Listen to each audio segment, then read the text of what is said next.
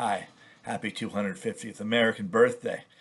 Um, yeah, it's too hot in most of the East Coast to really do much. The fireworks didn't happen till 11 o'clock. Although they were constantly going around in my neighborhood, a lot of people were shooting them off. So, luckily, yeah, we weren't under a red flag warning because it had been very dry. But, lately there'd been some rain. So, but, a lot of people object to how Trump handled it, but nobody listened to his speech. You know, there was there was a thing on the mall with all the states. That probably wasn't Trump's idea. There's every year there's a thing on the mall where they do one state, one country. It's and there's no Ferris wheel. Ferris wheels are tacky. Donald Trump, re added a touch to it, but basically, the American Folklife Festival takes that slot anyway, and it does the same kind of thing. I'm sure the 250th Commission, which started before Trump was even elected again, had that in mind. Um, it was just tackier this time. And by trying not to be tacky, and some of Trump's tacky friends showed up, and they marched, and so did some people who are anti-Trump show up and march. It's the most American thing to do. So go march.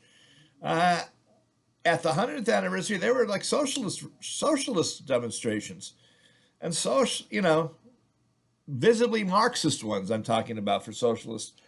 And they used the terms of the Declaration of Independence. Malcolm Nance did a video that I highly recommend where he read the Declaration of Independence, and some people did, and they highlighted how a lot of the horribles that George III was accused of fell nicely into some of the Trumpian events of this presidency. Um, Not entirely so, but it was not entirely inept either. But you know, I hope people didn't let anything that Trump did influence their celebration of the holiday. It's more what the heat did. Global warming. The basically the we had a series of Arctic domes throughout the northern hemisphere, which formed due to jet stream activity, which formed because, and they won't say this is a definitive, but I will, that the Arctic is broken as far as in the summer. It can't regulate the heat domes well. There's nothing to push back at the southern heating. So basically, we're stuck with this every year.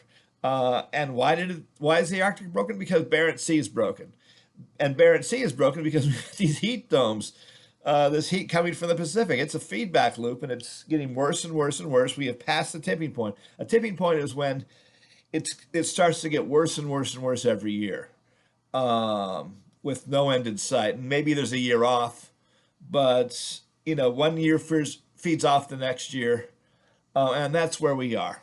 Every year is a record of some kind, and a bad one. An extreme heat record.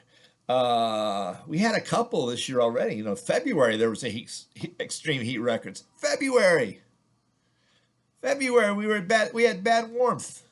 February and March, the records, and and high heat records. I mean, just they're not just little heat, high heat.